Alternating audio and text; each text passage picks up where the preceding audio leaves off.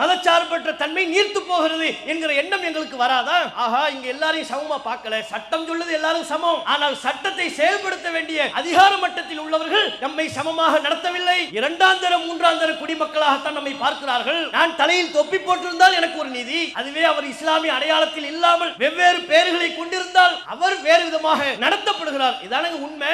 இப்ப தேர்தல் வருது, பிஜேபியோட கூட்டணி, யாரு? அதிமுக. இவங்க வந்து நமக்கு என்ன செய்ய போறாங்க? கடந்த காலத்தில் முஸ்லிம்கள் விஷயத்தில் பல காரியங்கள் நீங்கள் குரல் கொடுத்திருப்பீர்கள், அதை மறுக்கவில்லை. இப்போது சேரா கூட்டணியாக பிஜேபியோடு மதவாத கட்சியோடு இவ்வளவு அநியாயம் பண்றான், நாட்டில் இவ்வளவு அட்டூழியம் பண்றான், எங்களை அழிக்கணும்ங்கறான், எங்களை ஒடுக்கணும்ங்கறான், பாயிண்ட் பிளாக்ல எங்களை சுடணும்ங்கறான். இதை எடுத்து மோடிஜி கண்டிச்ச ஒரு வார்த்தை பேசுவாரா? பேசிடுவாரா? இந்தியா முழுக்க முஸ்லிம்கள் எங்க அழிக்கப்பட்டாலும் ஒடுக்கப்பட்டாலும் இவர்கள் வாய் திறக்க மாட்டார்கள். இவர்களின் மதவாத சிந்தனை முஸ்லிம்கள் எந்த விதத்திலையும் மேலெழும்பி வந்துவிடக் கூடாது என்று நினைக்கிறார்கள். என்ன நமக்கு நல்லது பண்ணுவாங்க? ஆகையினால் தமிழக முஸ்லிம்கள் மிக தெளிவாக புரிந்து கொள்ள வேண்டும். எதிர் வருகிற சட்டமன்ற தேர்தலில் பிஜேபி அதிமுக கூட்டணி ஆட்சிக்கு வரும் என்றால் தமிழகத்தில் காணப்படுகிற மத நல்லிணக்கம் அதற்கு வேட்டு வைக்கப்படும். ஆகவே தமிழக முஸ்லிம்கள் எதிர் வருகிற தேர்தலில் பிஜேபி அதிமுக கூட்டணியை மன்னிக்கவ செய்ய வேண்டும். நமக்கு விருப்பமானவர்கள் என்று யாருமே இல்லை. படைத்த இறைவனை நம்பக்கூடிய கூட்டம். அதிகாரத்தில் யார் வந்தாலும் எங்களுக்கு செய்ய வேண்டியது உங்கள் கடமை. அந்த அடிப்படையில் உங்ககிட்ட வந்து நிற்போம். எங்க சமுதாயத்தின் பிரச்சனையை உங்க கவனத்துக்கு கொண்டு வருவோம். அதை தீர்க்க வேண்டியது ஆட்சியாளர்களின் கடமை. அதை தவிர்த்து எந்த கட்சியின் மீதும் எங்களுக்கு தனிப்பட்ட பாசம் இல்லை. இவன் வந்த நிலைமை மோசமாயிடும். கண்ணியத்திற்குரிய எல்லாம் உள்ள அல்லாஹ்வின் நல்லடியார்களே, எல்லாம் உள்ள அல்லாஹ்வின் மகத்தான கிருபையினால் இங்கு நடைபெற்று கொண்டிருக்கிற பொதுக்கூட்ட நிகழ்ச்சியிலே நாம் அனைவரும் பெருந்திரளாக பேரார்வத்தோடு பங்கெடுத்துள்ளோம். இந்த தருணத்திலே எனக்கு வழங்கப்பட்டிருக்கிற தலைப்பு மதச்சார்பின்மை வீழ்கிறதா? நமது நாட்டின் அரசமைப்பு சட்டம் பிரிவு 14 சட்டத்தின்படி அனைவரும் சமம் என்பதை வலியுறுத்துகிறது. அந்த அடிப்படையில் நமது அரசுக்கென்று எந்த மத அடையாளமும் இருக்கக்கூடாது. எல்லா மதங்களையும் சமமாக பாவிப்பதோடு எல்லா மத அடையாளங்களிலிருந்தும் அரசு இயந்திரம் தூர விலகி இருக்க வேண்டும். அரசை ஏற்றுக்கொண்டு செயல்படுகிற, அரசுக்கு கட்டுப்பட்டு நடக்கிற மக்களுக்கு மதங்கள் இருக்கும். குடிமக்கள் நமக்கு பல்வேறு மதங்கள் இருக்கலாம். நாம விரும்பிய மதத்தை தேர்வு செய்து அதன் அடிப்படையில் வாழ்வதற்கு நமக்கு உரிமை வழங்கப்பட்டிருக்கிறது. நம்மை நிர்வகிக்கிற அரசு இயந்திரங்களுக்கு எந்த மதமும் இருக்கக்கூடாது. எந்த மத அடையாளத்தையும் அவை வெளிப்படுத்தக்கூடாது. எந்த மதத்தை சார்ந்த குறிப்பிட்ட ஏதேனும் ஒரு மதத்தை சார்ந்த மக்களுக்கு முன்னுரிமை வழங்கக்கூடாது. அரசமைப்பு சட்டத்தின்படி எல்லா மதத்தை சார்ந்தவர்களும் சமம். சமம்னா என்ன அர்த்தம்? அரசை நாடி வரக்கூடிய ஒருவர், அவர் யாராக இருந்தாலும், அப்துல்லாவா இருக்கலாம், அந்தோனியா இருக்கலாம், ஆறுமுகமா இருக்கலாம், யாரா இருந்தாலும் சரி, சட்டத்தின்படி அனைவரும் சமமாக நடத்தப்படுவார். உன்னுடைய பெயரை பார்த்து நான் நீதி வழங்க மாட்டேன். சட்டத்தில் என்ன உள்ளனவோ அது அப்துல்லாவாக இருந்தாலும் சரி, அந்தோனியா இருந்தாலும் சரி, ஆறுமுகமாக இருந்தாலும் சரி, சட்டம் என்ன சொல்கிறதோ அதன்படிதான் நீங்கள் அனைவரும் சமமாக நடத்தப்படுவீர்கள். இதுதான் மதச்சார்பின்மை. இந்த மதச்சார்பின்மை அண்மை காலமாக நம்முடைய நாட்டில் வீழ்கிறது, சரிவை நோக்கி சென்று கொண்டிருக்கிறது, வீழ்ச்சியை நோக்கி சென்று கொண்டிருக்கிறது என்பதுதான் நிதர்சனம். இது எந்த அடிப்படையில் சொல்றோம்? அண்மை காலமாக நடைபெறக்கூடிய பல்வேறு நிகழ்வுகளை பார்க்கின்ற பொழுது நம்முடைய நாடு மதச்சார்பின்மை என்கிற அம்சத்திலிருந்து விலகி குறிப்பிட்ட மத அடையாளங்களை வெளிப்படுத்துவதற்கு முனைகிறது. குறிப்பிட்ட சில மதத்தை பின்பற்றக்கூடிய மக்களுக்கு மாத்திரம் ஒரு தனித்துவமான சலுகைகளோடு நடத்துவதற்கு முன்வருகிறது. மதத்தை அடிப்படையாக கொண்டு பாரபட்சம் காட்டக்கூடிய அம்சங்களை நோக்கி நகர்கிறது. வெளிப்படையாக சொல்ல வேண்டும் என்றால் மதச்சார்பின்மை என்பதுதான் நம்முடைய அரசு இயந்திரத்தின் அச்சாணி. ஆனால் அந்த அச்சாணி கொஞ்சம் கொஞ்சமாக கலன்று பெரும்பான்மை மக்களை திருப்திப்படுத்துவதை நோக்கி அதை அச்சாக கொண்டு செயல்பட துவங்குகிறதோ என்கிற அச்சம் சாமானிய மக்களுக்கு ஏற்படுகிறது. இதை நம்ம யூகமாக கற்பனையாக கண்ணை மூடிக்கொண்டு இருட்டாக இருக்கிறது என்கிற வகையில் நாம சொல்லல. பல சம்பவங்களை நீங்க பாருங்க. இந்த இந்திய அரசை நிர்வகிக்கக்கூடிய ஆட்சியாளர்கள் அவர்களின் பேச்சுக்கள் அதிலிருந்தே நீங்கள் புரிந்து கொள்ள முடியும்.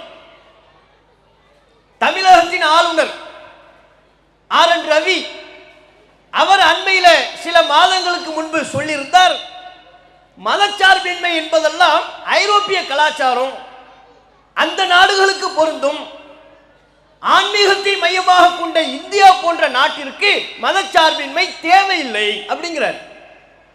ஒரு ஆளுநர் பொறுப்பில் அரசமைப்பு சட்டத்தை ஏற்றுக்கொண்டு அதன் வழி நடப்பதாக உறுதியேற்ற, அரசமைப்பு சட்டத்தை செயல்படுத்த கடமைப்பட்ட முகமுக்கிய பொறுப்பில் உள்ளவர் அந்த ஆளுநர் சொல்லுகிறார், நம்ம நாட்டுக்கு மதச்சார்பின்மை தேவையில்லை, ஐரோப்பியாவுக்கு தேவை, மேலை நாடுகளுக்கு வேண்டுமானால் அவை தேவையாக இருக்கலாம், ஆன்மீகத்தை அடிப்படையாக கொண்ட நம்ம நாட்டுக்கு தேவையில்லை அப்படிங்கிறார். அப்படின்னா என்ன சொல்ல வர்றார்? இதே கருத்தை RSS பொதுச் செயலாளரும் சொன்னார். அரசமைப்பு சட்டத்தின் முகவுரையில் மதச்சார்பற்ற அப்படிங்கிற ஒரு அம்சம் இருக்கிறது. நம்மை ஆட்சி செய்த ஆட்சியாளர்கள் இந்திய நாடு எந்த காலத்திலேயும் மதச்சார்பற்ற தன்மையை இழந்துவிடக் கூடாது என்பதை உறுதி செய்யும் விதமாக அரசமைப்பு சட்டத்தின் முகவுரையில் அந்த வார்த்தையை சேர்த்தார்கள். இந்தியாவுக்கு மதம் இல்லை.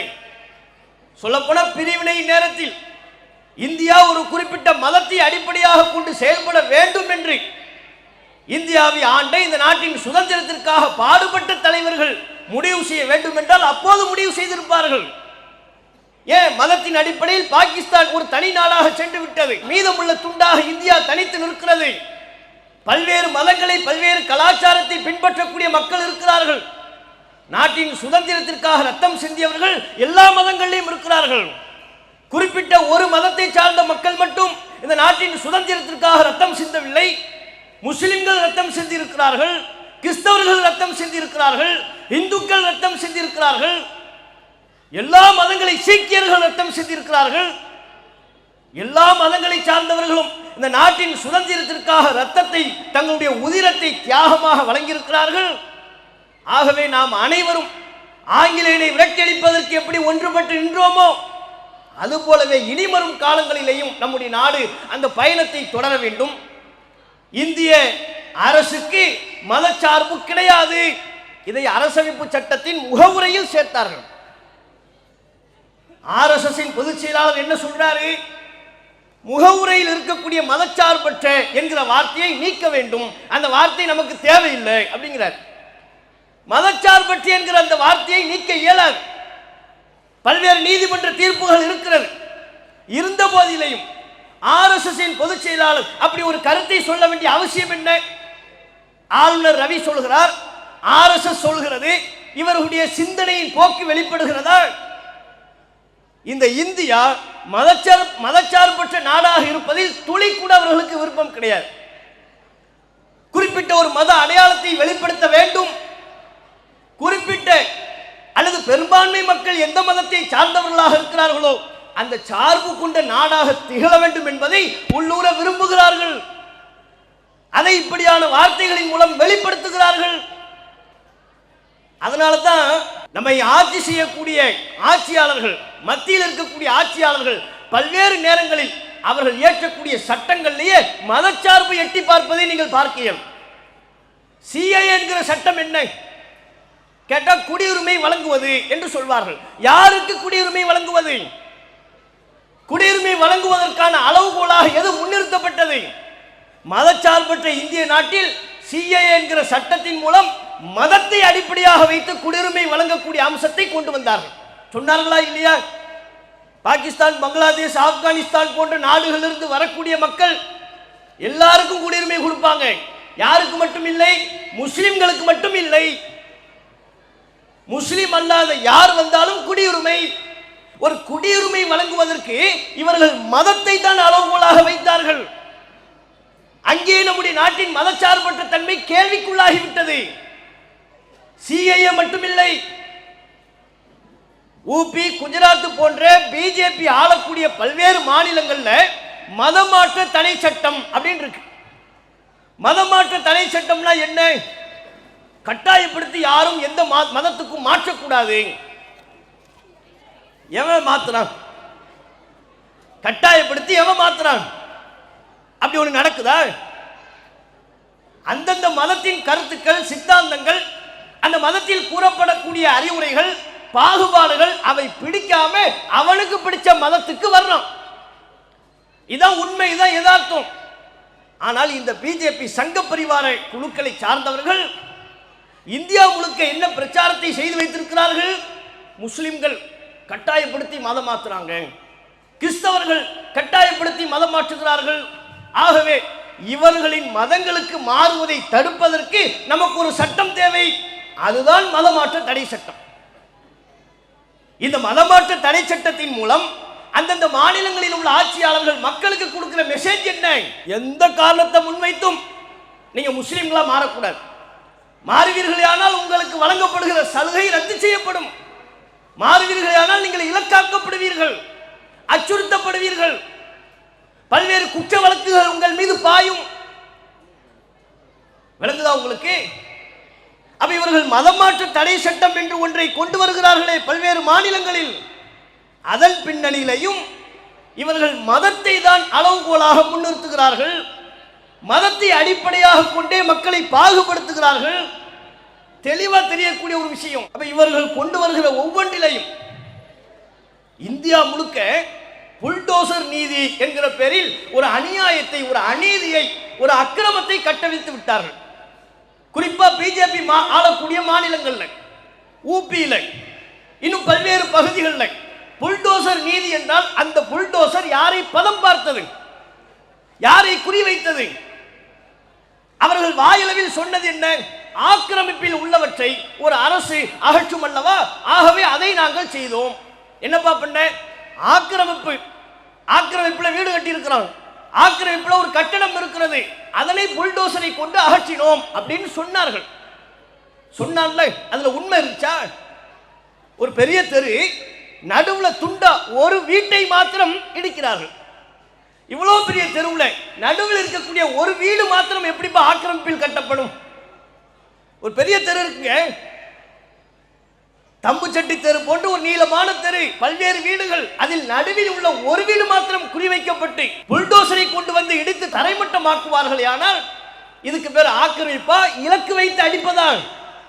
அந்த ஒருவருடைய வீடு முஸ்லிம் வீடு, ஏழைய நபர்கள் முஸ்லிம் அல்லாதவர்கள். இவர்கள் புல்டோசரை கொண்டு பதம் பார்த்தது, புல்டோசரை கொண்டு ஆக்கிரமிப்பு என்கிற பெயரில் இடித்து தரைமட்டமாக்கியது முஸ்லிம்களின் வீடுகளை. சிஏஏ போராட்டத்தில் எந்தெந்த முஸ்லிம் எல்லாம் பங்கெடுத்தார்களோ என இந்தியாவெங்கிலும் நடந்ததல்லவா, பிஜேபி ஆளக்கூடிய மாநிலங்களிலேயும் நடைபெற்றதல்லவா, அந்த பகுதிகளில் எல்லாம் யார் யாரெல்லாம் ஆர்ப்பாட்டத்தில் இருக்கிறார், அரசை எதிர்த்து எவன் கேள்வி கேட்கிறார், எல்லாத்தையும் குறித்து வைத்துக் கொண்டு அவர்கள் வீடுகளாக பார்த்து இடித்தார்கள், பள்ளிவாசல்களை இடித்தார்கள் புல்டோசரை கொண்டு. கேட்டால் ஆக்கிரமிப்பு என்று சொன்னார்கள். ஆக்கிரமிப்பு என்றே வைத்துக் கொள்வோம். ஆக்கிரமிப்புல பள்ளிவாசல் மட்டும்தான் இருக்க, பிற வழிபாட்டு தலங்கள் இல்லையா? இந்தியாவில் எல்லா பகுதிகளிலையும் ஒரு தெருவில் பல்வேறு மக்கள் உண்டாகிவிட்டார்கள், ஏற்பட்டு விட்டார்கள் என்றால் அங்கே அவர்கள் எந்த மதத்தை சார்ந்தவர்களோ தங்களுக்கென்று ஒரு வழிபாட்டு தலத்தை எழுப்புவார்கள். இது நம்ம நாட்டில் சர்வ சாதாரணமாக நடைபெறக்கூடிய ஒன்று.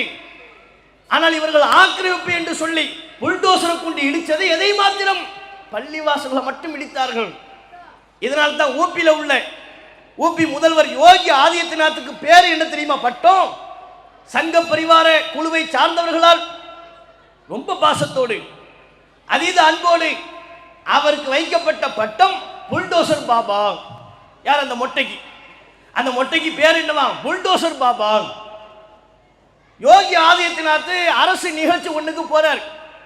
பொதுவாக ஒரு முதல்வர் அல்லது ஒரு அதிகாரத்தில் இருப்பவர் ஒரு நிகழ்ச்சிக்கு போனா அவங்க கட்சியை சார்ந்தவர்கள் வரவேற்பதற்கு வருவாங்கல்ல. எதுல வருவான்? டாடா சுமோல வருவான், கார்ல வருவார்கள், டாக்ஸில வருவார்கள். இந்த மொட்டை குரூப்பு புல்டோசர்ல வர்றாங்க. எல்லாருமே எங்க ரோட்டை அடைச்சிக்கிட்டு, தெருவை அடைச்சிக்கிட்டு, புல்டோசர்ல அணிவகுத்து. என்னப்பா, எதுக்குப்பா புல்டோசர்ல குரூப்பா போறீங்க? எது குப்பை எடுக்க போறீங்களா? குளத்தை தூர்வார போறீங்களா? வரிசையா புல்டோசர் போனா அப்படித்தானே நினைப்போம். அங்கே புல்டோசர்கள் அணிவகுத்து சென்றதின் பின்னணியில் உள்ள காரணம் என்ன? இல்ல எங்க புல்டோசர் பாபா வர்றாரு, அவரை நாங்க வரவேற்க போறோம். விளங்குதா? ஆக்கிரமிப்பை மட்டும் அகற்றியிருப்பார்களே ஆனால் அவருக்கு புல்டோசர் பாபா என்கிற பட்டம் ஏன் வந்தது? ஆக்கிரமிப்பை அகற்றுவது மட்டுமே நோக்கமாக இருந்தால் அவருக்கு புல்டோசரை கொண்டு வரவேற்பு கொடுக்க வேண்டிய தேவை என்ன? அந்த பகுதியில் நடைபெற்ற ஒரு பொதுக்கூட்டம், அந்த பொதுக்கூட்டத்தில் நாட்டின் தலைவர் பிரதமர் மோடி பேசுகிறார். என்ன? பிற காங்கிரஸ் கட்சியை சார்ந்தவர்களுக்கு, எதிர்க்கட்சியை சார்ந்தவர்களுக்கு சொல்கிறார், புல்டோசரை எந்த இடத்தில் சரியாக பயன்படுத்த வேண்டும் என்பதை நமது யோகியிடமிருந்து இவர்கள் கற்றுக்கொள்ள வேண்டும் என்கிறார் நாட்டின் பிரதமர். யோகியிடமிருந்து கற்றுக்கொள்ள வேண்டுமாம். எதற்கு? புல்டோசரை எங்கே எப்படி சரியான இலக்கு வைத்து பயன்படுத்த வேண்டும் என்பதை யோகியிடமிருந்து கற்றுக்கொள்ள வேண்டும். புரியுதா?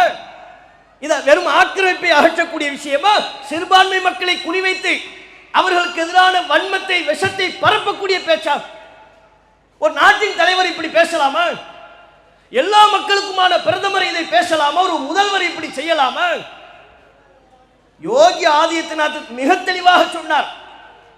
ஒரு கூட்டத்தில் சொல்றார், நாம் புல்டோசரை கையில் எடுத்ததற்கு பிறகு பிரார்த்தனை செய்யக்கூடிய முல்லாக்கள் முஸ்லிம்கள், பிரார்த்தனை செய்யக்கூடிய முஸ்லிம்கள் நமது பகுதியில் இருந்து மறைந்து விட்டார்கள். இவங்க நோக்க விளங்கிச்சா? முஸ்லிம்களை அழிக்கணும், முஸ்லிம்களை ஒடுக்கணும், முஸ்லிம்களை இல்லாமலாக்க வேண்டும். அதற்காகத்தான் நான் புல்டோசரை எடுத்தேன் என்று மிக தெளிவாக அவர் சொல்வதை நீங்கள் பார்க்க முடிகிறது. அப்ப என்ன மதச்சார்பின்மை வீழ்கிறது என்று தானே சொல்ல இயலும். இதை யாருமே கண்டிக்கலையே. புல்டோசரை கொண்டு இடிக்கப்பட்ட முஸ்லிம்களின் வீடுகளுக்கு நியாயம் வழங்கப்பட்டதா? உச்சநீதிமன்றம் கண்டித்தது என்பார்கள். கண்டித்து புண்ணியம் இல்லை. என்ன நியாயம் வழங்கப்பட்டது? வீடுகளை இழந்த முஸ்லிம்களுக்கு வழங்கப்பட்ட நீதி என்ன? இடிக்கப்பட்ட பள்ளிவாசல்களுக்கு வழங்கப்பட்ட நீதி என்ன? எந்த நீதிமன்றம் இந்த விவகாரத்தில் எங்களுக்கு நீதியை வழங்கியது? யாரும் நீதி வழங்கலை. நாட்டில் உள்ள எல்லா மக்களும் புல்டோசர் நீதி என்கிற பேரில் ஒரு அநியாயத்தை, அக்கிரமத்தை கட்டவிழ்த்து விட்டுக் கொண்டிருந்தார்கள். நாட்டில் உள்ள அத்தனை மக்களும் வேடிக்கை பார்த்தார்கள். அரசு இயந்திரம் வேடிக்கை பார்த்தது, நீதிமன்றங்கள் வேடிக்கை பார்த்தது. அப்ப மதச்சார்பின்மை வீழ்கிறது என்று தானே நாங்கள் சொல்ல முடியும். இப்போ அஸ்ஸாம் முதல்வர் ஹிமந்த பிஸ்வா சர்மா, அவர் வெறுப்பு பேச்சுக்குனே உள்ளவர். இப்போது அவர் பேசிய ஒரு பேச்சு எக்ஸ் தளத்தில் வைரலாக பரவி கொண்டிருக்கிறது. எதிர்க்கட்சிகள் கடுமையான கண்டனத்தை பதிவு செய்திருக்கிறார்கள். என்ன வீடியோ தெரியுமா? அஸ்ஸாம் மாநிலத்தில் உள்ள பிஜேபியினுடைய எக்ஸ் தளம், அதிகாரப்பூர்வ எக்ஸ் தளம், ட்விட்டர் தளம். அதுல பாயிண்ட் பிளாக் ஷாட் அப்படிங்கிற தலைப்பு என்னவா? Point black shot. அஸ்ஸாம் முதல்வர் துப்பாக்கி வச்சிருக்கிறார், பெரிய துப்பாக்கி. பாயிண்ட் பிளாக்ல சுட போறாராம். பாயிண்ட் பிளாக்ல விளங்குதா? இலக்கு மிஸ்ஸே ஆகாதுன்னு அர்த்தம். பொதுவாக ஒரு துப்பாக்கியை வச்சு சுடுறதா இருந்த காவல்துறை அதிகாரிகள் சுட வேண்டிய ஒரு சந்தர்ப்பத்தில் ஒருத்தனை இலக்கு வச்சு சுடுறாங்க. எல்லையில் உள்ள ராணுவ வீரர்கள் குறிவைத்து சுடுகிறார்கள்.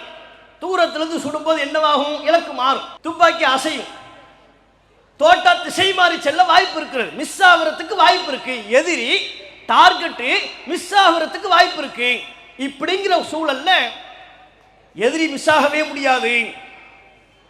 நாம் வைத்த குறி தப்பவே தப்பாது. கண்டிப்பாக நம்முடைய டார்கெட்டின் மீது தோட்டா பாய்ந்தே தீரும் என்ற நிலை வரும்போதுதான் பாயிண்ட் பிளாக்ல ஷாட் பண்ணாரு அப்படிங்குவாங்க. நெத்தி புட்ல டக்குன்னு அப்படி சுட்டான்னு வைங்க, பாயிண்ட் பிளாக்ல நான் சுட்டேன். ஏன் சுட்டா கண்டிப்பா அவன் மேல தான் போகும், அவன் தப்பிப்பதற்கு வழியே இல்லை. இதான் பாயிண்ட் பிளாக். அஸ்ஸாம் முதல்வர் அந்த மாநிலத்தின் பிஜேபியின் அதிகாரப்பூர்வ முகநூல் தளத்தில் போடுறாங்க, பாயிண்ட் பிளாக் ஷாட் தலைப்பு. அவர் சுடுறாராம். யாரை சுடுறாரு? தொப்பி போட்டிருக்கிறார், தாடி வச்சிருக்கிறார், ஜுப்பா போட்டிருக்கிறார். ரெண்டு முஸ்லிம் அங்கே குறிவைத்து சுடுவதை போல பாயிண்ட் பிளாக்ல சுடுறாராம். சுடுவதை போல ஒரு வீடியோ. அப்படி வீடியோ வருகின்ற பொழுது அங்கே சவுண்டுகள் வருகிறது. என்ன? இரக்கம் இல்லை, நோ மெர்சி, இரக்கமே கிடையாது, உங்களுக்கெல்லாம் கருணை காட்ட மாட்டோம். யாரு? முஸ்லிம்களுக்கு இனி கருணை இல்லை. அதுல இன்னும் சில குரல்கள் வருகிறது அந்த வீடியோவில். பாகிஸ்தானுக்கு செல்லுங்கள். யாரு? அஸ்ஸாம்ல உள்ள முஸ்லிம்கள் உங்கள் மீது இனி கருணை காட்டப்படாது, பாயிண்ட் பிளாக்ல உங்களை ஷூட் பண்ண போறோம், உங்கள் மீது கருணை இல்லை, நீங்கள் பாகிஸ்தானுக்கு செல்லுங்கள், எல்லாம் அதுல வருது. இந்த வீடியோவை போடுறாங்க. எதிர்க்கட்சிகள் கடும் கொந்தளிப்பிற்கு பிறகு தம்முடைய வன்மையான கண்டனத்தை பதிவு செய்ததற்கு பிறகு இந்த வீடியோவை நீக்கிட்டாங்க. இப்ப நீங்க அந்த மாநிலத்தினுடைய பிஜேபி எக்ஸ் தளத்தில் போய் செக் பண்ணீங்கன்னா அந்த வீடியோ இருக்க தூக்கிட்டாங்க. ஆனா இருக்கு, ஏனைய தளங்கள்ல அதை சேவ் பண்ணி போட்டிருக்கிறாங்க. இது எப்பேற்பட்ட இன அழிப்புக்கு அழைப்பு விடுக்கிறார்கள். முஸ்லிம்கள் நாங்க என்ன கிள்ளுக்கிறையா? ஒரு மாநிலத்தில் முதல்வர் இப்படி செய்யலாமா? இந்த அஸ்ஸாம் மாநில முதல்வர் எப்படிப்பட்டவர் தெரியுமா? தலை ஃபுல்லா நமக்கெல்லாம் மூளை இருக்குன்னு சொன்னா அவனுக்கு விஷம்தான் இருக்கு. முஸ்லிம் வெறுப்பு, சிந்தனை முழுக்க முஸ்லிம் வெறுப்பு. அவர் பேசியதை மட்டும் ஒரு 25 வெறுப்பு பேச்சு பேசியிருப்பாரு. அதை மட்டுமே 1 மணி நேரம் தனியா பேசணும். அதை மட்டுமே அடுத்து தலைப்பு கொடுத்தா எப்படி தான் தலைப்பு? அஸ்ஸாம் மாநில முதல்வரின் வெறுப்பு பேச்சுக்கள். அந்த தலைப்பு ஒருத்தருக்கு கொடுக்கப்பட்டா 1 மணி நேரம் பேசலாம். கடந்த காலங்களில் அவர் பேசிய பேச்சுக்களின் சில சாம்பிள்கள் என்ன தெரியுமா? அதான் உங்களுக்கு தீர்மானத்திலேயும் வாசிக்கப்பட்டது.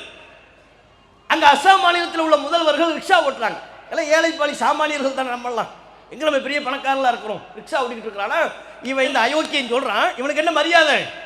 இந்த அயோக்கியன் சொல்றான், முஸ்லிம்களை அவங்க மியான் தான் சொல்லுவாங்க. மியா நமக்கு வச்சிருக்கிறான் பட்டம். மியாக்கள் ரிக்ஷாவுக்கு நீங்க போனீங்கன்னா 5 ரூபா கேட்டா நீங்க 4 ரூபா கொடுங்க. அவன் 4 ரூபா கேட்டா நீங்க 3 ரூபா கொடுங்க. அப்படி விலை குறைத்து நீங்கள் அவர்களை நடத்தினால்தான் அஸ்ஸாமை விட்டு விரட்டி அடிக்க முடியும். எப்படி டெக்னிக் பாருங்க. அஸ்ஸாமில் இருந்து முஸ்லீம்களை விரட்டி அடிப்பதற்கு அவர்கள் விலை கேட்பார்களே, ஆனால் குறைச்சு கொடுங்க. 5 ரூபா கேட்டா 5 ரூபா கொடுக்காதீங்க, 4 ரூபா கொடுங்க. பேரம் பேசுங்க முஸ்லீம்கிட்ட. இப்படி ஒரு மாநில முதல்வர் சொல்லி இந்த நாட்டில் எங்கேயாவது நீங்க பார்த்துருக்கிறீங்களா? உலகத்தில் எங்கேயாவது பார்த்திருக்கிறீர்களா? கேள்விப்பட்டிருக்கிறீர்களா? ஒரு அதிகார மட்டத்தில் இருப்பவர், எல்லா மக்களையும் அரவணைக்க கடமைப்பட்ட ஒரு ஆட்சியாளர் குறிப்பிட்ட சமூகத்தை எதிரியாக சித்தரித்து அவர்கள்ட்ட ரிக்ஷாவில் போனா விலையை குறைச்சு போ, 5 ரூபா கேட்டா 4 ரூபா கொடு, 4 ரூபா கேட்டா 3 ரூபா கொடு. ஏன் அப்படி கேட்டா தான் அவன் அஸ்ஸாம்ல இருந்து விரட்டி அடிக்க முடியும். திடீர்னு காய்கறி விலை கூடிருச்சுங்க அஸ்ஸாம்ல. கூண்டவனே அதுக்கு என்னவாங்க? இந்த மியாக்கள் தான் காரணம். பெரிய சயின்டிஸ்ட், நம்ம ஒரு டெர்மாகோல் சயின்டிஸ்ட் இருக்கிறார்ல, அவரை மிஞ்சிய சயின்டிஸ்ட் அவர். காய்கறி விலை கூடியதற்கு என்ன காரணம் தெரியுமா? நான் கண்டுபிடித்து விட்டேன். என்னப்பா காரணம்? மியாக்கள் தான் காரணம். எல்லாம் யார்? முஸ்லிம். எப்படிப்பா அவன் காய்கறி விலையை கூட்டினான்? அவன் உர ஜிஹாது செய்து விட்டான். உரத்துல ஜிஹாத். இவங்களுக்கு என்னென்ன ஜிஹாதுக்கு நம்ம விளக்கம் கொடுக்க? லவ் ஜிஹாது போய் லேண்ட் ஜிஹாது தாண்டி டிஎன்பிஎஸ்சி ஜிஹாது, கொரோனா ஜிஹாது, ஏகமோகமா இவனா உருவாக்கி வைத்திருக்கிற பல்வேறு ஜிஹாதுல அஸ்ஸாம் முதல்வர் உருவாக்கிய ஜிஹாது என்ன? உர ஜிஹாத். என்னவா உர ஜிஹாது? விவசாயம் பண்றான்ல, உரத்தை கம்மியா போட்டு மகசூலை குறைச்சி அஸ்ஸாம்ல பஞ்சத்தை ஏற்படுத்த பார்க்கிறான். அதனால தான் தக்காளி விலை கூடிருச்சு, வெங்காய விலை கூடிருச்சு. இவன் உரத்தை குறைவாக போட்டு உர ஜிஹாத் செய்த காரணத்தினால்தான் காய்கறிகளின் விலை கூடிவிட்டது. இதற்கு முஸ்லிம்களே காரணம். யாரு? இந்த விஞ்ஞானி. அவன் மூளையில எவ்வளவு முஸ்லிம் வெறுப்பு இருந்தா இப்படி எல்லாம் பேச இயலும், இப்படி எல்லாம் கருத்துக்களை சொல்ல முடியும். அஸ்ஸாம்ல தேர்தல் ஆணையம் வாக்காளர்களை பற்றிய தகவல்களை திரட்டுகிறது. எஸ்ஐஆர் அதை முன்னெடுக்கின்ற பொழுது பட்டவர்த்தனமாக அந்த மாநிலத்தின் முதல்வர் இந்த ஹிமந்த பிஸ்வா சர்மா சொன்னார், எஸ்ஐஆர் வந்துருச்சுல, இப்ப பாருங்க அஸ்ஸாம்ல உள்ள முஸ்லிம்கள் லட்சக்கணக்கானவர்களை, 10 லட்சத்திற்கும் அதிகமானவர்களை எஸ்ஐஆரின் மூலம் நாம் நீக்க போகிறோம். டிக்ளேர். தேர்தல் ஆணையம் சொல்ல வேண்டியதை மாநிலத்தின் முதல்வர் சொல்றார். 10 லட்சம் பேர் முஸ்லிம்களை நாங்கள் நீக்கிறோம், அவர்களை எல்லாம் அஸ்ஸாம்ல இருந்து விரட்டி விடுவோம், துரத்தி அடித்து விடுவோம். எவ்வளவு பெரிய ஒரு வன்மம் பிடித்த பேச்சு. அப்ப இப்படி பல்வேறு வெறுப்பு பேச்சுக்களுக்கு சொந்தக்காரர் அவர் தான் இப்ப சொல்றாரு, முஸ்லிம்கள் நம்ம எல்லாரையும் பாயிண்ட் பிளாக்ல சுட போறாங்க. சுட்டு காட்டுறாரு. எப்படி சுடுவேன்னு சுட்டு காட்டுறாரு, வீடியோ போட்டு காட்டுறாருங்க.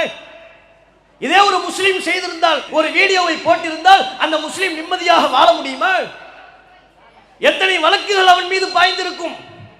என்னையே மறுநாளே மண்ணடிக்கு வந்து விடாத, சும்மா சும்மா அப்படியே சுத்திக்கிட்டு இருப்பாங்க. அவரை புடி, இவனை புடி, இவனை புடுறா. பாயிண்ட் பிளாக்ல முஸ்லிம்களை சுடுவான சுற்றுவியா நீ? இப்படியான பேச்சை நீதிமன்றம் வேடிக்கை பார்த்து கொண்டிருக்கிறது பாருங்க. பாயிண்ட் பிளாக்ல முஸ்லிம்களை சுடுவேங்கிறான், வீடியோ போட்டு காட்டுறான், இன அழிப்பிற்கு அழைப்பு விடுக்கிறான், முஸ்லிம்களின் மீது திட்டமிட்ட வன்மத்தை பரப்புகிறான். அசாம்ல உள்ள முஸ்லிம்களை எல்லாம் துரத்துங்க, முடியாட்டி சுடுங்க, பாயிண்ட் பிளாக்ல சுடுங்க, அவன் தப்பிக்கவே கூடாது, நம்முடைய இலக்கு மிஸ் ஆகவே கூடாதுங்கிறான். முஸ்லிம்களை என்ன நினைச்சுக்கிட்டு இருக்கிறாங்க இவங்க? என்ன நாள் பேசுவீங்களா? எங்களை அடிப்போம், துரத்துவோம், அந்த ஜிஹாத் பண்றான், இந்த ஜிஹாத் பண்றான், சாப்பாடு கொடுக்கும்போது துப்பி தர. நாங்களாம் யாரு?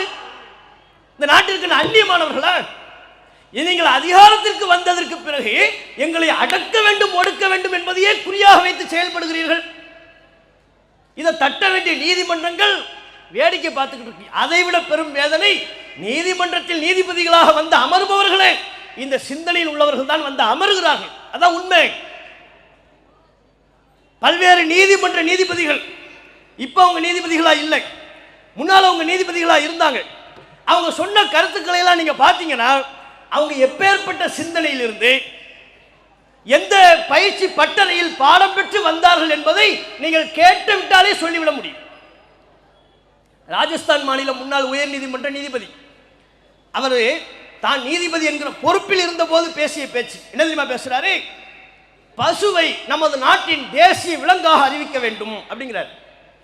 நாட்டின் தேசிய விலங்கியது சின்ன பிள்ளைகிட்ட கேட்டாலே சொல்லும் பெங்கால் டைகர், புலி. ஆனா அவங்களுக்கு இப்ப புலி பிடிக்கல, அவங்களுக்கு எதுதான் பிடிச்சிருக்கு? பசுவை தேசிய விலங்காக அறிவிக்க வேண்டும். நீதிபதி பொறுப்புல இருந்துகிட்டு பேசுறாரு. அதுக்கு காரணம் சொல்றாரு. ஏன் தெரியுமா? பிராணிகளிலேயே பசுதான் ஆக்சிஜனை உள்ளிழுக்கிறது, ஆக்சிஜனை வெளியே விடுகிறது. ஏப்பா எப்பேற்பட்ட அறிவாளி பாருங்க. ஆக்சிஜனை உள்ளிழுத்து ஆக்சிஜனை வெளிவிடுதான். இவங்களோட நம்ம வாழ்றது எப்படி வாழ? இவங்கிட்ட பிள்ளைகள் அனுப்பி இவங்க என்ன பாடம் சொல்லி கொடுப்பாங்க? எல்லாருக்கும் தெரியும். மனுஷன் என்ன செய்வோம்? கார்பன் டை ஆக்சைடை வெளியிடுறோம், ஆக்சிஜனை உள்ளிழுக்கிறோம். மரம் என்ன செய்கிறது? கார்பன் டை ஆக்சைடை உள்ளிழுத்துக் கொள்கிறது, அது ஆக்சிஜனை நமக்கு தருகிறது. அது ஆக்சிஜனை தந்து மனிதர்கள் உயிர் வாழ்வதற்குரிய பெரும் சேவையை செய்கின்ற காரணத்தினால்தான் மரம் மனிதனுக்கு மிகச்சிறந்த நண்பன். மரம் வளர்ப்போம். பல்வேறு பகுதிகளில் மரத்தை தமிழ்நாடு தௌஹீத் ஜமாத்தின் சார்பாகவே பல்வேறு மரக்கன்றுகளை நாம் நட்டிருக்கிறோம். இந்த மண்ணடியிலேயே பல்வேறு மரங்கள் தமிழ்நாடு தௌஹீத் ஜமாத்தின் சார்பாக பேரிடர் காலங்களில் நடப்பட்ட மரங்கள். இஸ்லாம் அந்த பணியை சொல்லுது, அதனால செய்யும். அப்ப எல்லாருக்கும் தெரியுது, மரம் கார்பன் டை ஆக்சைடை உள்ளிழுத்து ஆக்சிஜனை வெளித்தருது. நாம கார்பன் டை ஆக்சைடை வெளியில விடுறோம், ஆக்சிஜனை உள்ளிழுக்கிறோம். மாடு என்ன பண்ணுதான்? பசு. அது வெளியிடுவதும் ஆக்சிஜன், உள்ள இழுக்கிறதும் ஆக்சிஜன். நீ வேணா அது மூக்கோட மூக்கு வச்சு ஆக்சிஜனை உள்ள இழுத்துக்க. அப்ப ஊப்பில் ஆக்சிஜன் இல்லாம பல குழந்தைகள் செத்து மடிந்தார்களே, அந்த நேரத்தில் என்ன பண்ணணும்? நீங்க ஆக்சிஜன் சிலிண்டர் குறைஞ்சு போச்சுல, ஒரு 19 மாடு உள்ள கூப்பிட்டு மாடு மூக்கு வழியா குழாயை விட்டு குழந்தைகளுக்கு ஆக்சிஜனை செலுத்து. ஏன்? அது மூக்குல இருந்து வர்றது என்னவா? ஆக்சிஜன் தானே வருதுங்கிறீங்க. இங்க நாம கேட்கிறது, இவங்க இவ்வளவு பெரிய விஞ்ஞானிகளா அறிவாளிகளா இருக்கிறாங்க, அதை விட்டுருவோம். ராஜஸ்தான் மாநிலத்தின் உயர் நீதிமன்ற நீதிபதி, முன்னாள் நீதிபதி, அவர் பொறுப்பு வகித்த காலத்தில் அவர் பேசுறார். அப்ப அவருடைய உள்ளத்தில் உள்ள சித்தாந்தம் தானே பேச வைக்குது. நமது நாட்டின் சார்பா புலி தேசிய விலங்கு என்று அறிவிக்கப்பட்டதற்கு பிறகு புலி இல்லை பசுவை அறிவிக்க வேண்டும் என்று அவர் சொல்வதற்கு மதத்தை தவிர வேறு என்ன பின்னணி இருக்கிறது? அவருடைய மத நம்பிக்கை தவிர்த்து வேறு என்ன காரணம் இருக்கிறது? அப்ப அவர் போட்டிருக்கிற கோட்டை தாண்டி அவருடைய மத நம்பிக்கை வெளிப்படுகிறது. அதான் அர்த்தம். இன்னும் சொன்னார் அந்த விஞ்ஞானி, மயில் ஒரு கட்ட பிரம்மச்சாரி. யாரு? அடுத்த கண்டுபிடிப்பு. அவருடைய அடுத்த கண்டுபிடிப்பு என்ன? மயில் இருக்குல்ல, கட்ட பிரம்மச்சாரி. இதுவும் அவருடைய பொறுப்பு வகித்த காலத்தில் ஓய்வு பெற போகிறார், அந்த காலத்தில் பேசுறார் இந்த கருத்தை. கட்ட பிரம்மச்சாரின்னா என்ன பார்த்த விளங்கலையே. அவர் சொல்றார், மயில்கள் உறவு கொள்வதில்லை, இல்லறத்தில் ஈடுபடுவதில்லை. அப்ப என்னப்பா பண்ணுது? இந்த கண்ணீர் வருகிறது அல்லவா, மயில் கண்ணீர் வடிக்குதுல, அந்த கண்ணீரை உண்டுதான் அவை குழந்தையை பெற்றெடுக்கும். நம்மளாம் நினைக்கிறோம் அது ஏதோ சோகத்தில் அழுகுது, ஏதோ துக்கத்தில் அழுகுது, வழியில் அழுகுது நாம நினைக்கிறோம். இந்த நீதிபதி என்ன கண்டுபிடிச்சிட்டாரு?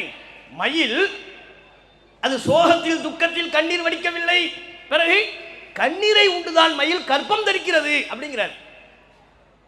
அப்ப இவங்களுக்கெல்லாம் பயாலஜியே கிடையாது இனிமே. பயாலஜி டாபிக்கே இல்லை. ஏன் எல்லாம் இந்த மாதிரி டாபிக்காக தானே பேசிக்கிட்டு இருக்கிறாங்க. அப்ப அந்த கருத்தை நிறைவாக சொல்கிறார். ஆகவேதான் நமது கடவுள் கிருஷ்ணரையோ யாரோ ஒரு பேரை சொல்லி அவர் மயிலை தம்முடைய வாகனமாக ஏற்றுக்கொண்டார் அப்படிங்கிறார். அப்ப பாருங்க, ஒரு நீதிபதி இதெல்லாம் பேசலாமா? நாங்க இந்த கருத்துக்களை கேட்டா உங்ககிட்ட வர்றோம். எங்க பிரச்சனைக்கு நாங்கள் உங்களிடம் வருவதற்கு உங்களுடைய மத நம்பிக்கை எங்களிடம் தெளிப்பதற்கு அல்ல. அதுக்கு நாங்க உங்களை நாடி வர்றதில்லை. கர்நாடகாவில் உள்ள உயர் நீதிமன்ற நீதிபதி ஸ்ரீசானந்தா அவர் பொறுப்பு வகித்த காலத்தில், இப்ப இவங்க யாருமே பொறுப்புல இல்லை, இப்ப இவங்க யாருமே நீதிபதிகளா இல்லை, அவங்க பொறுப்பு வகித்த காலத்தில் 2024 அப்ப அவர் பேசுறாரு. ஸ்ரீசானந்தா பெங்களூர்ல முஸ்லிம்கள் அடர்த்தியா வசிக்கக்கூடிய ஒரு பகுதி, அந்த பகுதியில் ஒரு சின்ன பிரச்சனை, அந்த பிரச்சனை அவரிடத்துல வழக்கா கொண்டு வரப்படுது. அப்ப அந்த பகுதியை சொல்றதுக்கு எங்க, அந்த பாகிஸ்தான்லையா அப்படிங்கிறார். எங்க பிரச்சனை, அந்த பாகிஸ்தான்லையா? அப்படின்னா என்ன விளங்குதா? முஸ்லிம்கள் அடர்த்தியாக இருக்கிற பகுதிக்கு இவர் வச்ச பேர் என்ன? பாகிஸ்தான். அப்போ நீங்க எல்லாம் பாகிஸ்தானுக்கு போக வேண்டிய ஆட்கள் இங்க இருக்கிறீங்க, பெங்களூர்ல இருக்கிறீங்க. இப்படி சித்தாந்தம் விளங்குகிறதா? இப்படி உள்ளத்தில் உள்ள அழுக்கு புரிகிறதா? இதை உடனடியாக கண்டனம் தெரிவிக்கப்பட்டது. உச்சநீதிமன்ற நீதிமன்ற அமர்விற்கு இந்த வழக்கு வந்தது. இல்ல நான் தெரியாம பேசிட்டேன், என்ன மன்னிச்சிருங்க. அவங்களுக்கெல்லாம் மன்னிப்பு உடனடியாக கிடைச்சிடும். இந்த வகைராக்களுக்கு மட்டும் என்ன தவறு செய்தாலும் சரி, அவங்களுக்கு எது போதுமானது? ஒற்றை வார்த்தை மன்னிப்பு. மன்னிச்சிருங்க, தெரியாம பேசிட்டேன், ஒரு வார்த்தை முடிஞ்சு போச்சு. இனிமே அப்படி பேசாதீங்க. இது சாதாரண விஷயமா? இது முஸ்லிம்கள் இருக்கிற பகுதியை பாகிஸ்தான் சொல்றேன்னா அப்ப இது பிரிவினைவாதம் தானே? இந்திய நாட்டின் ஒரு பகுதியை பாகிஸ்தான் என்று சொல்வதற்குரிய அதிகாரத்தை உங்களுக்கு யார் கொடுத்தா? அப்படி நாங்க சொல்ல முடியுமா? அப்ப என்ன ஒரு கொழுப்பு பேச்சை பேசிக் கொண்டிருக்கிறார்கள், திமிரெடுத்த பேச்சை பேசிக் கொண்டிருக்கிறார்கள். சட்டம் கேட்டு சட்டத்தில் என்ன இருக்கு அதை சொல்லுன்னு போய் கேட்டா இவங்க மத நம்பிக்கையை நமக்கு சொல்லிக்கிட்டு இருக்கிறாங்க. மதுரையில் இப்ப சமீபத்தில் நடந்த ஒரு நிகழ்வு, மதுரை காவலர் முருகன் அவர் மேல மேலதிகாரி நடவடிக்கை எடுக்கிறார்.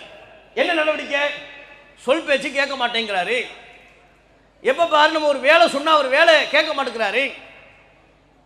அதனால பணியிட மாற்றம், இங்க இருந்து அங்க மாத்துறது, சென்னையில இருந்து தூத்துக்குடிக்கு மாத்துறது, தூத்துக்குடியில இருந்து கன்னியாகுமரிக்கு மாத்துறது, பணியிட மாற்றம் அவருக்கு பல நேரங்களில் உள்ளாகிறார். காவல்துறை அதிகாரிகள் சொல்றாங்க உடைய நடவடிக்கை சரியில்லை. அது அவங்க 2 பேர் பஞ்சாயத்து, அவங்க 2 பேர்ல யாரு சரி யாரு தப்புங்கிறத பத்தி நம்ம சொல்லலை. இப்ப என்ன, அவரு சென்னை உயர்நீதிமன்றத்தின் மதுரை கிளை அங்க வர்றார். இந்த மாதிரி மேலதிகாரி என்ன குடும்பப்படுத்துறாங்க, என்ன பிடிக்கலன்னு சொல்லி வேணும்னே இஷ்டத்துக்கு பந்தாடுறாங்க, அங்க போ இங்க போங்கிறாங்க. இந்த இப்ப தூத்துக்குடிக்கு என்ன இடமாற்றம் செய்து விட்டார்கள், நீங்க தான் எனக்கு பரிகாரம் செஞ்சு தரணும், இதுக்கு உரிய தீர்ப்பு தாங்கன்னு சொல்லி கேட்கிறார். மதுரையில் ஸ்ரீமதி அவங்க நீதிபதி, அவங்க நீதிபதியாக இருக்கும்போது வழக்கு வருது. வழக்கு வச்சுட்டு சட்ட புத்தகத்தையெல்லாம் மூடியாச்சு. சட்ட புத்தகத்துக்கே வேலை இல்லை இப்போ நம்ம நாட்டில்.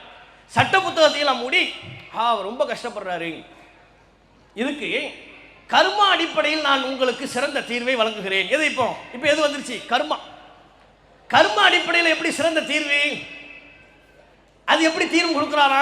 இல்லை அவர் நிறைய கஷ்டப்பட்டார் வாழ்க்கையில், எல்லாமே கர்மா தானே. பயான் ஓடிக்கிட்டு இருக்காங்க மதுரை நீதிமன்றத்தில், பயான் ஓடிக்கிட்டு இருக்கு. கர்மாவில் 2 வகை, சஞ்சித கர்மா, பிராரப்த கர்மா. நம்ம ஈமான்ல 2 வகைன்னு சொல்ற மாதிரி, ஈமான் கூடும் குறையும், ஈமான் பற்றி நம்ம கிளாஸ் எடுக்கிற மாதிரி அவங்க கர்மாவை பற்றி நீதிமன்றத்தில் கிளாஸ் எடுக்கிறார். கர்மா 2 வகை, சஞ்சித கர்மா, பிராரப்த கர்மா. இவருக்கு சஞ்சித கர்மாவின் படி அல்லது பிராரப்த கர்மாவின் படி நம்ம தீர்ப்பு கொடுப்போம். என்ன, அவர் செய்த பாவங்களுக்கு உண்டான வினையை அவர் அனுபவிச்சிட்டார். இனி நீங்க அவரை அலக்களிக்காதீங்க, அவருடைய இடமாற்றலை நான் ரத்து செய்கிறேன் அப்படின்னு நீதிபதி ரத்து செய்து அறிவு போடுறார். அதுக்கப்புறம் உச்சநீதிமன்றம், சென்னை ஹைகோர்ட்டு அதை கண்டிச்சு அப்படி செய்யக்கூடாது, காவல்துறை அந்த நடவடிக்கையை பார்த்துக்குவாங்கன்னு சொல்லிட்டாங்க. இப்போ நம்ம பிரச்சனை என்ன, ஒரு நீதிபதி கர்ம அடிப்படையில் பிரச்சனையை தீர்ப்பதற்கு எதுக்கு அந்த சீட்டில் உட்கார்ந்துருக்கிறீங்க? திடீர்னு பைக்கில் ஒருத்தன் வருவான், ஒருத்தனை இடிச்சு கொண்டுருவான், அவனை கேஸ் போடுவீங்க. போடும்போது என்ன சொல்லுவான்? கர்ம அடிப்பில் எனக்கு தீர்த்துருங்க. என்ன கர்ம அடிப்பில்? அவன் ஏற்கனவே செஞ்ச பாவத்துக்கு தான் என் பைக்கில் அடிபட்டு செத்தான், அவன் கர்ம அடிப்பில் போய் சேர்ந்துட்டான், விட்டுருங்க, என் மேலே வழக்கு போடாதீங்கன்னு சொல்லுவாரா இல்லையா? கொலகாரன் இந்த வாதத்தை எடுப்பானே, கொலகாரன், திருடன், முள்ள மாதிரி முடிச்சவைக்கு எல்லாரும் இப்ப என்ன செய்ய ஆரம்பித்து விடுவார்கள். மதுரை நீதிபதிகிட்ட நமக்கு ஒரு முன்மாதிரி இருக்கிறது. என்ன முன்மாதிரி? கர்ம அடிப்படையில் எல்லாமே நடக்கிற எல்லாமே கர்மா தான் காரணம். இப்படி சொன்னா ஏத்துக்குவீங்களா? இதற்கு ஒரு நீதிமன்றம் தேவையா? அதற்காகவா நாங்கள் உங்களை நாடி வருகிறோம்? நாங்கள் எங்களுடைய பிரச்சனைகளை நீதிமன்றத்தின் கவனத்திற்கு கொண்டு வருகிறோம் என்றால் சட்டப்படி நீங்கள் தீர்ப்பளிக்க வேண்டும் என்பதற்காக. அதனால்தான் நீங்க பாருங்க, பாபர் மஸ்ஜித் விவகாரத்தில் இவர்கள் சொன்ன வார்த்தை என்ன? அப்போதைய உச்சநீதிமன்ற தலைமை நீதிபதி சந்திரசூட் என்ன சொன்னாரு? பிரச்சனையெல்லாம் முடிச்சதுக்கு அப்புறம் முஸ்லிம்களின் சொத்தை அபகரித்தாயிற்று, ராமர் கோவிலை கட்டிவிட்டார்கள், முஸ்லிம்களை கழுத்தை பிடித்து வெளியே தள்ளி விட்டார்கள், எல்லாம் முடிஞ்சு போச்சு. யாரோ ஸ்கிரிப்ட் எழுதுறத பக்காவா முடிச்சிட்டாங்க. முடிச்சதற்கு பிறகு உச்சநீதிமன்ற முன்னாள் தலைமை நீதிபதி, அப்ப தலைமை நீதிபதியா இருந்தார் சந்திரசூட் சொல்றாரு, நான் தீர்ப்பு சொல்வதில் எனக்கு இந்த பாபர் மஸ்ஜித் பிரச்சனை தான் பெரிய சிக்கலா இருந்துச்சு. என்ன சிக்கல் சொல்லணும், எப்படி தீர்ப்பு சொல்லணும்னே தெரியல. சரி, கடைசியில் என்னங்க பண்ணீங்க? கடைசியில் ஒரு கடவுள்கிட்ட நான் பிரார்த்தனை கேட்டேன், கடவுள் எனக்கு தீர்ப்பை தந்தார், அதை அப்படியே வாசித்து விட்டேன். இப்ப எந்த கடவுள் தந்த தீர்ப்பு அது? அதான் இப்ப பிரச்சனை. பாபர் மஸ்ஜித் தீர்ப்பு சட்டத்தின்படி வழங்கப்பட்ட தீர்ப்பு அல்ல. யார் சொல்கிறார்? நாம் சொல்லவில்லை, தீர்ப்பை எழுதிய, தீர்ப்பை வழங்கிய அப்போதைய உச்சநீதிமன்ற தலைமை நீதிபதி சொல்றார். கடவுள்கிட்ட கேட்டேன், கடவுள் தந்தார். இப்ப நாம என்ன கேட்கிறோம்? நீதிமன்ற அறை என்பது சட்டத்தின்படி தீர்ப்புகளை வாசிக்க வேண்டிய இடமா, பிரார்த்தனை அறையா? அவ முஸ்லீம் நீதிபதி வந்தா நான் தொழுதுட்டு உனக்கு தீர்ப்பு சொல்றேங்க வர சொன்ன நீங்க ஏத்துக்குவீங்களா? முஸ்லீம் நீதிபதி வந்து உட்கார்ந்து இருக்கிறார், ஒரு வழக்கு வருகிறது, வழக்கு வந்தா குழப்பமா இருக்கு, ஒரு 2 ரக்காத் தொழுது அல்லாஹ்ட்ட கேட்கிறேன், அல்லாஹ் எனக்கு எதை தீர்ப்பா தர்றானோ அதே உனக்கு தீர்ப்பா சொல்லிடுறேன். கிறிஸ்தவ நீதிபதி இருப்பாரு, சிக்கல் பெரிய சிக்கலா இருக்கு, ஒரு 1/4 மணி நேரம் டைம் கூட, நான் ஜெபம் பண்றேன், முழங்காலிட்டு ஜெபமிட்டு கடவுள் இயேசு பிதா எனக்கு என்ன தீர்ப்பை தருகிறாரோ அதை உனக்கு தீர்ப்பா வாசிச்சிடுறேன். இப்படின்னா நம்ம ஏத்துக்குவோமா? அதான் கேள்வி. ஒரு முஸ்லீம் அப்படி சொன்னாலும் ஏற்றுக்கொள்ள மாட்டோம். அதுக்காக அந்த இடத்துல அவரை நாம கொண்டு போய் நிறுத்தலை. ஒரு கிறிஸ்தவர் அப்படி சொன்னாலும் ஏற்றுக்கொள்ள கூடாது. அதற்காக அவரை கருப்பு அங்கி அணிவித்து நீதிபதியாக அந்த உயிரை இடத்தில் அதற்காக நாம் அவரை அமர வைக்கவில்லை. அப்ப மத நம்பிக்கை அங்கே வெளிப்படக்கூடாது. அதுக்கு தானங்க நீதி தேவதையின் கண் கட்டப்பட்டிருக்கிறது. எதுக்கு நீதி தேவதையின் கண் அங்கே கட்டப்பட்டிருக்கிறது? ஒரு தராசு இருக்கிறது. கண் கட்டப்பட்டதுக்கு உண்டான காரணம் என்ன?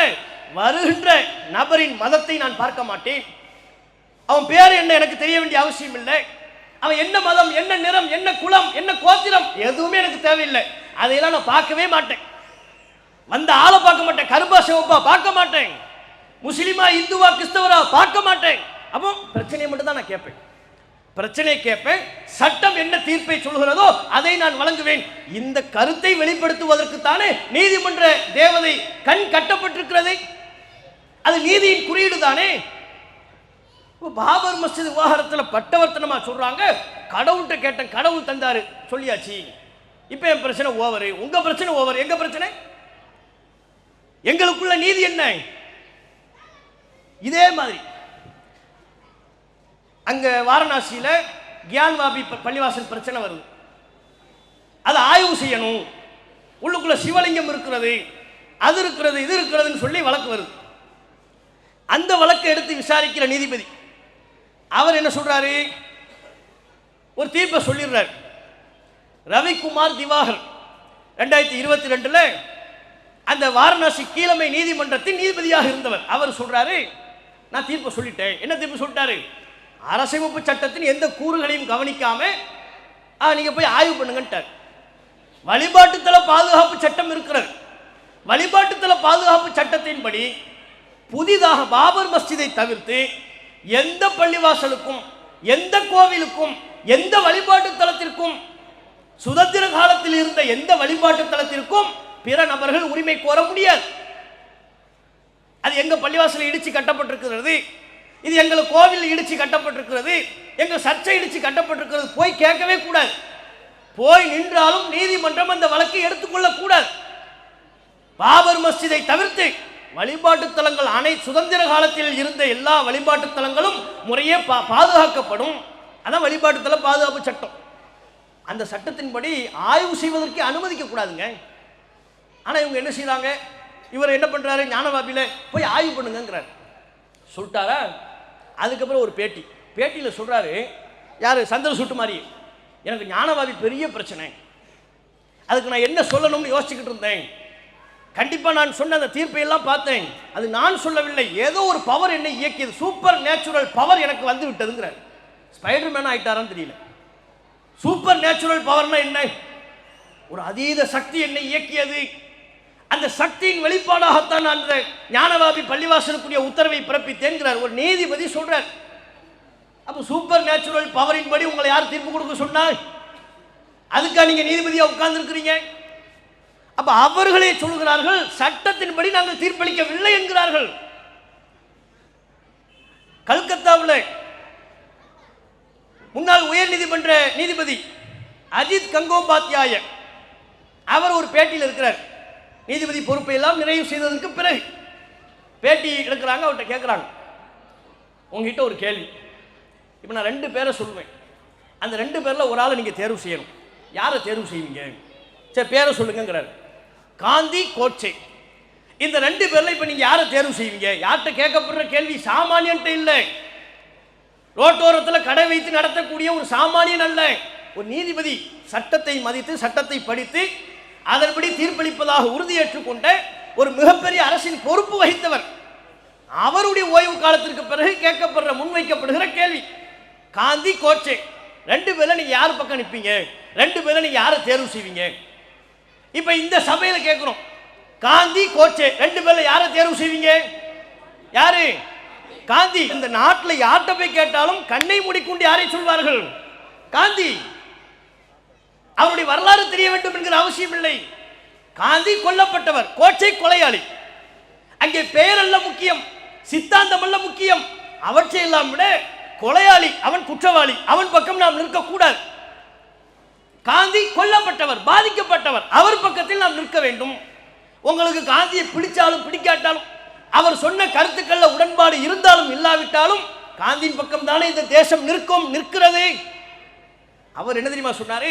இது சற்றே சிக்கலான கேள்விங்கிறது. அடப்பாவி, இது உங்களுக்கு சிக்கலா? இது சற்றே சிக்கலான கேள்வி. இதற்கு உடனடியாக பதில் சொல்லிவிட முடியாது.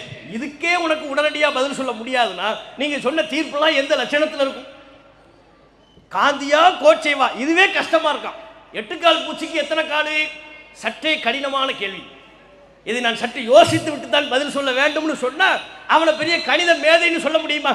என்னடா 8 கால் பூச்சிக்கு எத்தனை கால்னாலும் யோசிக்கிறான், இவன் என்ன பெரிய கணித மேதை கேட்போமா இல்லையா? அது மாதிரி அவர் சொல்றாரு, இது சற்றே கடினமான கேள்வி, உடனடியாக என்னால் பதில் சொல்ல விட முடியாது. காந்திக்கு ஒரு பக்கம் இருப்பதை போல கோட்சேவிக்கும் ஒரு பக்கம் இருக்கும் அல்லவா? வந்துருச்சா? போட்டிருக்கிற கருப்பு அங்கியை தாண்டி அவர் உள்ளே போட்டிருக்கிற காவி ஆடை வெளியே வந்து விட்டதா? சட்டத்தை படித்த அறிவு வெளிவருவதற்கு முன்பு முந்திக்கொண்டு அவருடைய மத அறிவு, மத நம்பிக்கை, அவருடைய சித்தாந்த நம்பிக்கை வெளிவருகிறதா? அப்ப இவர் நீதிமன்ற காலங்களில் நீதிபதியாக பதவி வகித்த காலத்தில் இவருடைய தீர்ப்புகள் எந்த லட்சணத்தில் இருக்கும்? யோசிச்சு பாருங்க, எந்த லட்சணத்தில் இருக்கும்? காந்தியா கோட்சேவான் கேட்டாலே குழப்பமா இருக்கு, டக்குன்னு பதில் சொல்ல முடியாதுன்னா மனிதர்களின் விவகாரத்தை எப்படி இவர் சட்டப்படி தீர்ப்பளித்திருப்பார்? அரசியல் சட்டப்படி எளிமையான விவகாரங்களை கூட இவர் எப்படி குழம்பி போய் நின்று இருப்பார்? புரியுதா? அப்ப இந்த விஷயங்கள் இன்னும் ஏராளமான விஷயங்கள் இருக்கிறது. இவற்றை அடுக்குவதின் நோக்கம் நீதிமன்றங்களை. நீதிமன்றம் என்பது சட்டத்தை காக்க வேண்டிய ஒரு இடம். அங்கே எந்த மத நம்பிக்கைக்கும் இடமில்லை. அவர் கருப்பு அங்கியை போட்டுக்கொண்டு இருக்கின்ற பொழுது தனக்கு உள்ளே எந்த கலர் இருந்தாலும், அது காவியாக இருந்தாலும் பச்சையாக இருந்தாலும், உள்ளுக்குள் அவர் ஒரு கலரை கொண்டிருந்தாலும் அதை நான் பார்க்க மாட்டேன். என்னுடைய நம்பிக்கையை நான் வெளிப்படுத்த மாட்டேன். எனக்கு அனைவரும் சமம். அந்த சமம் என்பதின் அடையாளமாகத்தான் கருப்பு அங்கியை போடுறாரு. அதை தாண்டி இவர் மதங்களை பார்த்து எந்த மதத்தை சார்ந்தவர்கள் என்பதை பார்த்து நீதி வழங்குவார்களே, ஆனால் மதச்சார்பற்ற தன்மை வீழ்கிறது என்று தானே சொல்ல முடியும். நீங்க பாபர் மஸ்ஜித் விவகாரத்துக்கு என்ன கேட்டீங்க, என்ன சொன்னீங்க? இடிச்சது அநியாயம் நீங்க, இடித்தவர்கள் அநியாயக்காரர்கள் நீங்க. இடித்தது அநியாயம், இடித்தவர்கள் அநியாயக்காரர்கள். பிறகு எப்படி அந்த இடம் முஸ்லிம்களை விட்டு கை நழுவி போனது? அதற்கு நீங்கள் வைத்த சான்றாதாரம் என்ன? சட்ட ஆவணம் என்ன? சட்டத்தின் எந்த பிரிவை சொல்லி பாபர் மஸ்ஜித் நிலத்தை எங்கள் பள்ளியை இடித்த கயவர்களிடம் நீங்கள் கொடுத்தீர்கள்? ஒரே ஒரு வாதம் என்ன? ராமர் அங்கே பிறந்ததாக நம்பப்படுகிறது. யாருடைய நம்பிக்கை வந்துவிட்டதா? அப்ப நீங்க சட்டத்தின்படி தீர்ப்பளிக்கவில்லை, நம்பிக்கையின் அடிப்படையில் தீர்ப்பளிக்கிறீங்க. அதுக்கு எதுக்கு நீதிமன்றம்? அதுக்கு எங்க பிரச்சனை நாங்க உங்ககிட்ட கொண்டு வரணும்?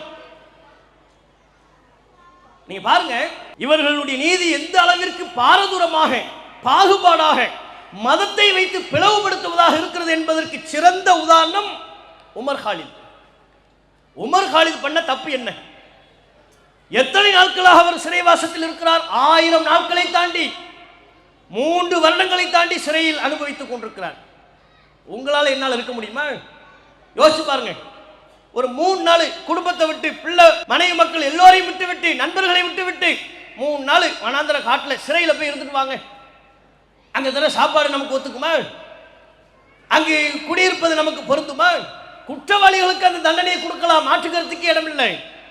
தவறு செய்தவர்கள் யாரா இருந்தாலும், எந்த மதத்தை சார்ந்தவர்களாக இருந்தாலும் அவர்கள் மீது பாரபட்சம் காட்ட வேண்டிய அவசியம் இல்லை. இங்கே நாம கேட்கிறது, உமர் காலித எந்த காரணமும் சொல்லாம, தகுந்த காரணம் இல்லாம, நியாயமான காரணம் இல்லாம 3 வருஷத்துக்கு மேல சிறைப்படுத்தி இருக்கிறாங்க. அவர் ஜாமீனுக்கு மேல ஜாமீன் கேட்டுக்கிட்டே இருக்கிறார். ஜாமீன் கொடுங்க, ஜாமீன் கொடுங்க. 30 நாளைக்கு ஒரு நாள், 30 நாளுக்கு ஒரு முறை, 2 மாதத்திற்கு ஒரு முறை, 3 மாதத்திற்கு ஒரு முறை, ஒவ்வொரு முறையும் கீழமை நீதிமன்றங்களாலும், உயர் நீதிமன்றங்களாலும், உச்ச நீதிமன்ற நீதிமன்றங்களாலும் உமர் காலிதின் ஜாமீன் மறுக்கப்படுகிறது. அவர் கேட்கிறார், நான் பண்ண குற்றம் என்ன? அந்த எஃப்ஐஆர் எனக்கு தாங்குங்கிறார். நான் என்ன குற்றம் பண்ணேன்? அரசாங்கம் அவர் மீது சுமத்தக்கூடிய குற்றச்சாட்டு சிஐஏ போராட்டத்தில் வன்முறையை தூண்டினார். அதற்கு அரசாங்கம் சொல்லக்கூடிய ஆதாரம் ஒன்றுமில்லை, ஒரு ஆதாரம் இல்லை. உமர் காலித் இந்த பக்கம் நிற்கிறாரா? அதே இந்த பக்கம் வாங்க. இப்ப நம்ம சொன்னோம்ல, அஸ்ஸாம் முதல்வர் ஹிமந்த பிஸ்வ சர்மா அவருடைய பேச்சு என்ன? இன அழிப்புக்கான அழைப்பு, முஸ்லிம்களை கருவறுக்க வேண்டும் என்கிற திட்டமிட்ட, ஒட்டுமொத்த முஸ்லிம்களையும் கருவறுக்க வேண்டும் என்கிற அழைப்பு. இதற்கு அவர் மீது என்ன வழக்கை நீங்கள் பதிவு செய்தீர்கள்? என்ன வழக்கு இருக்கு? உமர் காலித் என்ன தப்பு பண்ணார்னே தெரியல. 1000 நாளை விட மேலா சிறையில் இருக்கிறார். அவரை விட மேலாக முஸ்லிம்களை அழிக்க வேண்டும், ஒழிக்க வேண்டும், கருவறுக்க வேண்டும், துப்பாக்கியால் சுட வேண்டும் என்றெல்லாம் வெளிப்படையாக வன்முறை பேச்சுக்களை பேசியவர்கள். அவர்கள் பேசிய பேச்சுக்களுக்கான ஆதாரம் சமூக வலைதளத்தில் கொட்டி கிடக்கிறது. ஆதாரம் நாங்க தரவா? யார் என்ன பேசினாங்கன்னு உங்ககிட்ட ஆதாரம் இல்லையா? அனுராக் தாக்கூர் பேசிய பேச்சுக்கள் ஆதாரம் வேண்டுமா? கபில் மிஸ்ரா பேசிய பேச்சுக்கள் ஆதாரம் வேண்டுமா? இதே சிஏஏ விவகாரத்தில், வேறு விவகாரத்தை இல்லை. கபில் மிஸ்ரா, அனுராக் தாக்கூர் சிஏஏ விவகாரத்தில் காவல்துறை அதிகாரிகள் கையை பிடித்துக் கொண்டு, காவல்துறை அதிகாரிகள் மேடையில் நிற்கிறாங்க, தள்ளி விட்டு சொல்றாரு, கோழி மாறும் முஸ்லிம்கள் ஆர்ப்பாட்டத்தில் அங்கே இங்கே நிற்கிறாங்களா அவங்களெல்லாம் சுட்டு தள்ளுங்கிறார். அப்படி சொன்னவர்கள் இன்றைக்கு அமைச்சர்கள், அப்படி சொன்னவர்கள் இன்றைக்கு மோடியின் வலது கைகள், அப்படி சொன்னவர்கள் இன்றைக்கு பாராளுமன்றத்தில் புனிதர்களாக கட்டமைக்கப்படுகிறார்கள். வன்முறை பேச்சுக்களை பேசியவர்கள், வன்முறைக்கு தூபம் விட்டவர்கள், வன்முறை விதையை தூவியவர்கள், அவர்களெல்லாம் வெளியே எம்பியா, எம்எல்ஏக்களா, உள்துறை அமைச்சரா, பிரதமரா, முதல்வரா நாட்டில் பவனி வந்து கொண்டிருக்கிறார்கள், வலம் வந்து கொண்டிருக்கிறார்கள். உமர் காலித் அவர் முஸ்லிம் என்கிற ஒரே காரணத்திற்காக எந்த ஆதாரமும் இல்லாமல், நியாயமும் இல்லாமல் பன்னெடுங்காலமாக 3 வருஷத்திற்கும் மேலாக சிறைப்படுத்தப்பட்டிருக்கிறார். இதுதான் உங்க நீதியா? ஒரு ஜாமீன் கூட கொடுக்க மாட்டீங்களா? சரிப்பா, அவர் மீது குற்றச்சாட்டே இருக்கட்டும். குற்றச்சாட்டு இருந்தால் அந்த குற்றச்சாட்டுக்கு என்ன தண்டனை, எத்தனை வருஷம் தண்டனை அனௌன்ஸ்மெண்ட் பண்ணி விசாரணையை துவங்கி, அதுவரையிலும் ஜாமீன் என்பது ஒவ்வொரு குற்றவாளியின் உரிமையா இல்லையா? பெயில் இருக்குல்லங்க, பெயிலே ஒரு ரைட்டுங்க. குற்றவாளிக்கு ஜாமீன் என்பது ஒரு உரிமை, அப்படித்தான் நம்ம அரசமைப்பு சட்டம் சொல்கிறது. அந்த உரிமையை உமர் காலிதுக்கு மறுக்கப்படுகிறது. பல்கிஸ் பானுவை கதற கதற கூட்டாக பாலியல் வன்புணர்வு செய்தவர்கள் எங்கே இருக்கிறார்கள்? வெளியே. கலவரத்தை உண்டாக்கியவர்கள் எங்கே இருக்கிறார்கள்? வெளியே. வன்முறை பேச்சை பேசியவர்கள் இருப்பது எங்கே? வெளியே. இவர்கள் எல்லாம் வெளியே இருக்கிறார்கள். உத்தரகாண்ட்ல, ஹரித்வார்ல முஸ்லிம்களை அழிக்கணும் என்று கூட்டாக சேர்ந்து பேசப்பட்ட பேச்சுக்கள், அந்த சாமியார்கள், மாலைகான் குண்டுவெடிப்பு குற்றவாளி பிரக்யா சிங் தாக்கூர், அவங்க எல்லாம் எங்க இருக்கிறாங்க? வெளியே. அத்தனை குற்றவாளிகளும் வெளியே, உமர் காலித் உள்ளே. அப்ப இது பாரபட்சம் தானே? மதச்சார்பற்ற தன்மை நீர்த்து போகிறது. நாட்டின் உயரிய இடங்களில் கூட, நீதி வழங்க கடமைப்பட்ட உயர் நீதிமன்ற உச்ச நீதிமன்றங்களில் கூட எங்களுக்கான நீதி மறுக்கப்பட்டு விடுமோ என்கிற அச்சத்தில் நாங்கள் இருக்கிறோம். அந்த அச்சத்தின் வெளிப்பாடு தான் இந்த பொதுக்கூட்டம். எங்களுக்கான நீதியை வழங்க, எங்களையே பாகுபாடா பார்க்குறீங்க. தமிழ்நாட்டில் சிறைவாசிகள் இருக்கிறாங்க, அவங்கதே இதே தான். ஆரம்பத்தில் சொன்ன மாதிரி அவன் அப்துல்லாவா இருந்தாலும் சரி, எங்களுக்கு கவலை இல்லை. குற்றவாளினா தூக்கில் போடு, சட்டத்தின்படி ஆதாரங்களின்படி அவனுக்கு என்ன தண்டனையோ அந்த தண்டனையை கொடு, அவனை நீ தண்டிக்காத நாங்கள் வரவே மாட்டோம். ஆனால் நீங்கள் என்ன செய்கிறீர்கள்? குற்றவாளியிலேயே சில குற்றவாளியை அண்ணா பிறந்த நாள் விடுதலை பண்றீங்க. பெரியார் பிறந்த நாள் விடுதலை, 20 வருடம் 25 வருடம் சிறையில் இருந்து விட்டார், இதுவே போதுமான தண்டனை காலம், ஆகவே இன்னாரை விடுதலை செய்கிறோம். உங்க கட்சிக்காரரா இருந்தா விடுதலை செய்றீங்க, உங்க சித்தாந்தவாதியா இருந்தா விடுதலை செய்றீங்க. திமுக அதிமுக எல்லோரும் இப்படித்தான் இருக்கிறார்கள். அதுவே முஸ்லிம்களா இருந்தா, முஸ்லிம் சிறைவாசிகள் எண்ணற்றோர், கோவை சிறைவாசிகள் மட்டுமல்ல, தமிழகம் எங்கும் உள்ள பல்வேறு முஸ்லிம் சிறைவாசிகள் என்ன குற்றம்னே தெரியாம உள்ளுக்குள்ள இருக்கிறாங்க, பல வருஷமா இருக்கிறாங்க. என்ன குற்றம்னு அவனுக்கு தெரியாது. வழக்கு நடக்கும் நடக்கும் நடக்கும் பல வருஷமா. எத்தனை வருஷம்? 25 வருஷமா வழக்கு நடக்குது. உள்ள இருக்கிறான், ஜாமீன் இல்லை. பரோல் கொடுப்பாங்க. பரோல்னா என்ன? எங்க அம்மாவுக்கு உடம்பு முடியல, எங்க மாமா இறந்துட்டாரு, நான் போயிட்டு ஒரு 10 நாள்ல வரேன் கொடுப்பாங்க. அந்த பரோலை கூட முஸ்லிம்களுக்கு நெருக்கடி கொடுக்கப்படுகிறது. மற்றவங்க ஒரு முறை பரோல்ல வெளியே வந்து விட்டால் பரோல் நீட்டிப்பு, அம்மாவுக்கு உடம்பு முடியலன்னு வெளியே வருவார், 10 நாள் இன்னும் கொஞ்சம் எக்ஸ்டென்ஷன் தாங்க, திரும்ப இன்னும் ஒரு 10 நாள், இன்னும் கொஞ்சம் எங்களுக்கு எக்ஸ்டென்ஷன் தாங்க, அடுத்த ஒரு 1 மாதம், இப்படியா வருஷக்கணக்காக வழக்கு நடக்கும், வெளியே தான் இருப்பார். இது அவர்களுக்கான உரிமை என்று அரசியலமைப்பு சட்டம் சொல்கிறது. அந்த பரோல் கூட முஸ்லிம் சிறைவாசிகளுக்கு மறுக்கப்படுகிறதே. தமிழகத்தில் யார் ஆட்சிக்கு வந்தாலும் இதுதானே முஸ்லிம் சிறைவாசிகளின் நிலை. பாரபட்சம் தானே. மதச்சார்பற்ற தன்மை நீர்த்து போகிறது என்கிற எண்ணம் எங்களுக்கு வராதா? இங்க எல்லாரையும் சமமா பார்க்கல, சட்டம் சொல்லுது எல்லாரும் சமம், ஆனால் சட்டத்தை செயல்படுத்த வேண்டிய அதிகார மட்டத்தில் உள்ளவர்கள் நம்மை சமமாக நடத்தவில்லை. 2ஆம் தர 3ஆம் தர குடிமக்களாகத்தான் நம்மை பார்க்கிறார்கள். நான் தலையில் தொப்பி போட்டிருந்தால் எனக்கு ஒரு நீதி, தாடி வைத்திருந்தால் என்னை வேறு விதமாகத்தான் பார்ப்பார்கள். புர்கா போட்ட முஸ்லிம் பெண்மணியாக இருந்தால் அவளுக்கு வழங்கப்படுகிற நீதி வேறு. அதுவே அவர் இஸ்லாமிய அடையாளத்தில் இல்லாமல் வெவ்வேறு பெயர்களை கொண்டிருந்தால் அவர் வேறு விதமாக அரசு இயந்திரத்தால் நடத்தப்படுகிறார். இதான உண்மை, இதான யதார்த்தம். இப்ப தேர்தல் வருது, தமிழகத்தினுடைய தேர்தல் களம், இதனுடைய நிலையம் என்ன? தற்போதைய தமிழகத்தின் தேர்தல் களத்தை எடுத்துக்கொண்டால் இதுவும் ஒரு வகையில் மதச்சார்புக்கும் மதச்சார்பின்மைக்கும் நடைபெறக்கூடிய யுத்தமாக, களச்சண்டையாகத்தான் இந்த தேர்தலும் இருக்கிறது. இது வெறும் கட்சிகளுக்கு மத்தியில் நடக்கிற தேர்தல் இல்லை. திமுக அதிமுக, திமுக என்டிகே அல்லது மற்ற கட்சிகளுக்கு மத்தியில் நடைபெறக்கூடிய ஒரு தேர்தல் அப்படி அல்ல இது. இந்த முறை இவர்கள் செய்யக்கூடிய தேர்தல் என்பது பிஜேபியோட கூட்டணி. யாரு? அதிமுக. இதே அதிமுக பாஜக கூட்டணி கடந்த காலத்தில் முஸ்லிம்களுக்கு செய்த துரோகம் என்ன? எந்த சிஏஏ சட்டத்தால் நாடெங்கிலும் முஸ்லிம்கள் வீதியில் வந்திறங்கி போராடினார்களோ அந்த சிஏஏ சட்டம் வருவதற்கு அடிப்படை காரணம் இதே கூட்டணி தான். இந்த கூட்டணி தான் இப்ப மறுபடியும் அவங்க கை கோத்திருக்கிறாங்க. இவங்க வந்து நமக்கு என்ன செய்ய போறாங்க? எடப்பாடி பழனிசாமி தேர்தல் அறிவிக்கையில் சொல்றாராம், என்ன, நாங்கள் ஆட்சிக்கு வந்து விட்டால் சரி, வந்தா பெண்களுக்கு எப்படி பஸ்ல இலவசமாக பயணிக்கிறார்களோ அதுபோல் ஆண்களும் இலவசமா பஸ்ல பயணிக்கலாம். நமக்கு ஒரே கேள்வி, அன்னைக்கு நைட்டு ஃபுல், நம்ம எவன் தான் டிக்கெட் எடுக்கிறது? எவன் தான் டிக்கெட் எடுப்பான்? பெண்களும் ஃப்ரீயா. எடப்பாடிஜி வந்துட்டார்னா அடுத்து யாரும் டிக்கெட் எடுக்க வேண்டியது இல்லையா? நம்மளும் டிக்கெட் எடுக்க வேண்டாமா? அப்ப டிக்கெட் யாரு? கண்டக்டரும் டிரைவரும் மட்டும் தான் எடுப்பாங்களா? அவர் டிரைவர் போவார் தான், உனக்கு ஒரு டிக்கெட்டு எனக்கு ஒரு டிக்கெட், வேற எவனுக்கும் டிக்கெட் இல்லை. நம்ம எடப்பாடிஜி ஆட்சி டிக்கெட் கிடையாது, ஃப்ரீ. கேட்கறதுக்கு நல்லா இருக்கும், யாரு சொன்னாலும் சரி கேட்கறதுக்கு நல்லா. இதெல்லாம் நீங்க செய்வோம். முஸ்லிம்கள் குறித்து பல விஷயங்கள் அவங்க அறிவிப்புல சொல்றாங்க. நம்ம என்ன கேட்கிறோம்? இதெல்லாம் எப்படி பிஜேபி உங்களை செய்ய விடும்? உங்களுக்கு அந்த எண்ணம் இருக்கலாம். கடந்த காலத்தில் முஸ்லிம்கள் விஷயத்தில் பல காரியங்களை நீங்கள் குரல் கொடுத்திருப்பீர்கள், அதை மறுக்கவில்லை. இப்போது சேரா கூட்டணியாக, பொருந்தா கூட்டணியாக பிஜேபியோடு, மதவாத கட்சியோடு இவ்வளவு அநியாயம் பண்றார் நாட்டில். இவ்வளவு அட்டூழியம் பண்றான், எங்களை அழிக்கணுங்கிறான், எங்களை ஒடுக்கணுங்கிறான், பாயிண்ட் பிளாக்ல எங்களை சுடணுங்கிறான். இதை எடுத்து மோடிஜி கண்டிச்ச ஒரு வார்த்தை பேசுவாரா? பேசிடுவாரா?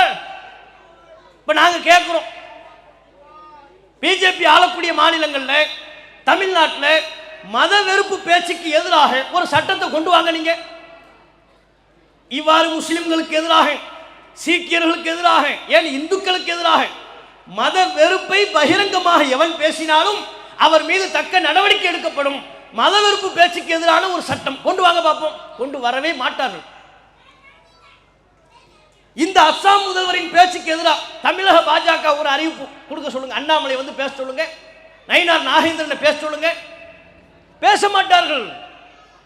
இந்தியா முழுக்க முஸ்லிம்கள் எங்க அழிக்கப்பட்டாலும் ஒடுக்கப்பட்டாலும் இவர்கள் வாய் திறக்க மாட்டார்கள்.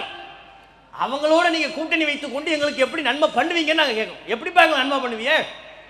நீங்க ஒரு பேச்சுக்கு ஆட்சிக்கு வந்து ஆம்பளைகளுக்கெல்லாம் டிக்கெட் இல்லைன்னு சொல்லிட்டா கூட, புர்கா போட்டு ஒரு முஸ்லீம் பெண்மணி உள்ள போவா, அல்லது ஒரு பாய் தொப்பி போட்டு உள்ள போவாரு, அங்க ஒரு சங்கி இருப்பான், பிஜேபி குரூப் இருப்பான், எங்களை பிடிச்சி தள்ளி விடுவான். அதான் நடக்கும்.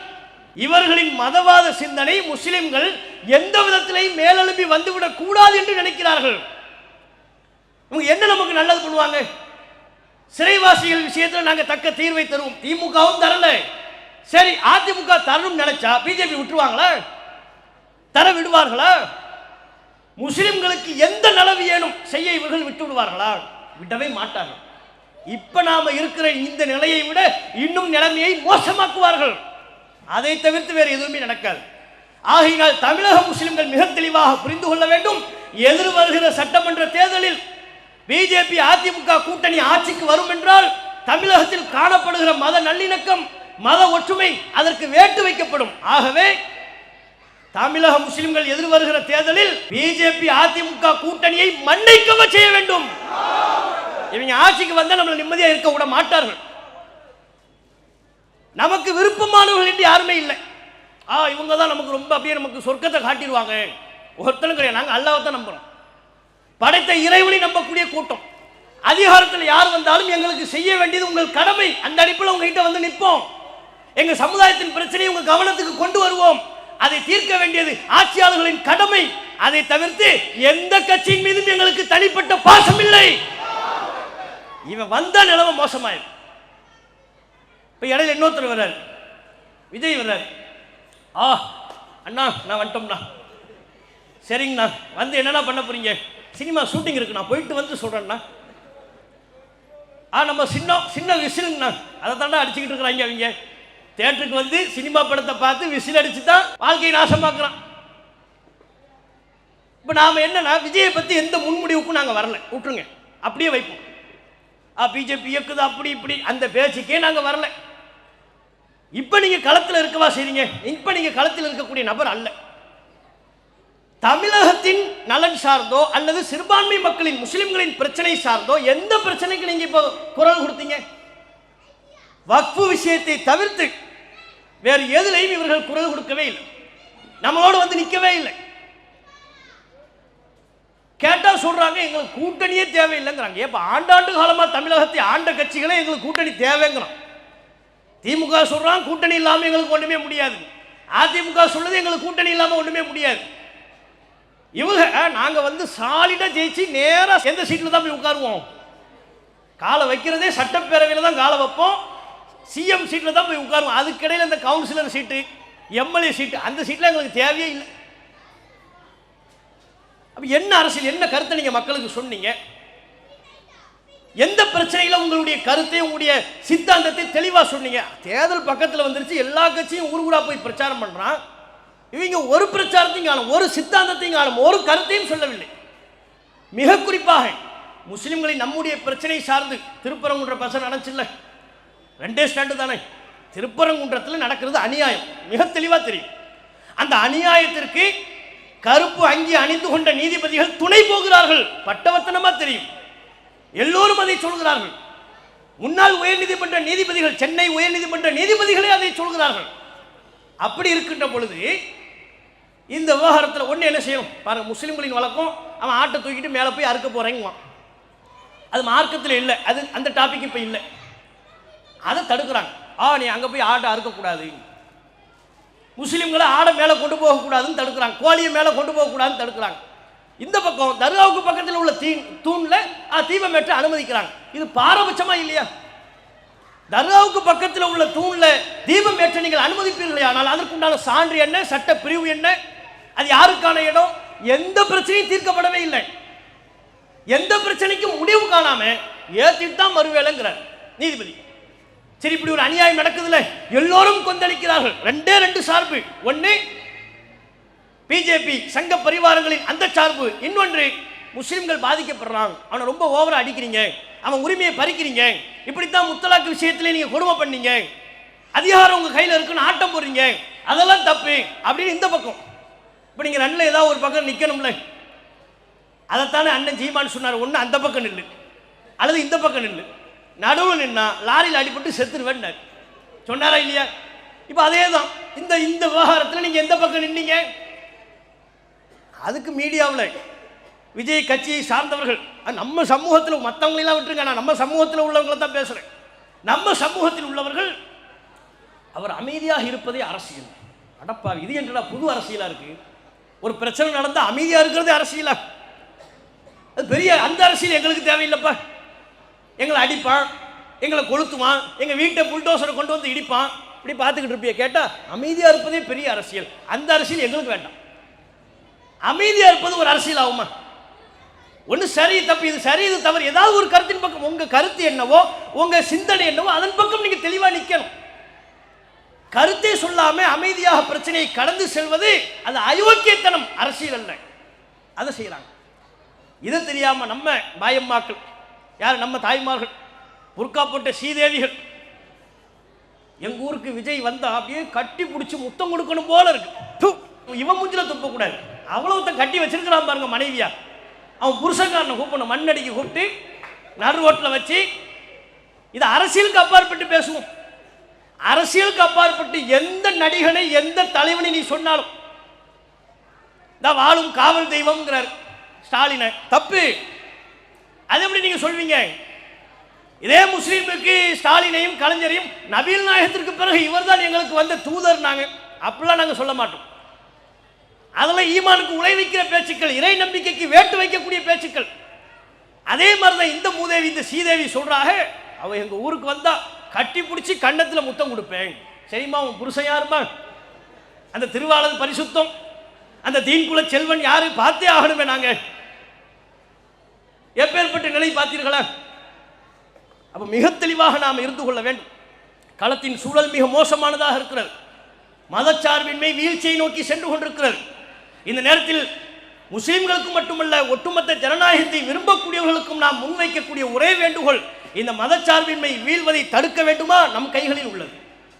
ஜனநாயகவாதிகள் ஒன்று சேர்வார்களே ஆனால் இந்திய நாடு எப்போதும் போல் ஒற்றுமையோடு ஆங்கிலேயனை விரட்டி அடிக்கின்ற பொழுது இந்த நாட்டில் எந்த சூழல், எப்படிப்பட்ட நல்லிணக்க சூழல் இருந்ததோ, மதத்திற்கு அப்பாற்பட்ட எல்லா தலைமைகளையும் ஏற்றுக்கொள்ளக்கூடிய நிலை இருந்ததோ, மதத்தின் அடிப்படையில் தலைவரை தேர்வு செய்யாமல் நாட்டின் மீதான நேசத்தின் அடிப்படையில் எப்படி தலைவர்களை தேர்வு செய்தார்களோ, அது போன்ற நமது நாட்டின் மதச்சார்பற்ற தன்மை தொடர வேண்டும் என்று சொன்னால் ஜனநாயக சக்திகள் ஒன்று திரண்டு பாசிச பாஜகவிற்கு தக்க பாடத்தை புகட்ட வேண்டும். எதிர் வருகிற சட்டசபை தேர்தல் அதற்குண்டான ஒரு முன்மாதிரி. இதை நாம் சரியான முறையில் பயன்படுத்திக் கொள்வோமா என்று கேட்டு என்னுடைய உரையை நிறைவு செய்து கொள்கிறேன். வாஹிர் தாவானா அனில் ஹம்துலில்லாஹி ரப்பில் ஆலமீன். அஸ்ஸலாமு அலைக்கும் வரஹ்மத்துல்லாஹி வபரகாத்துஹு. அல்லாஹு அக்பர், அல்லாஹு அக்பர்.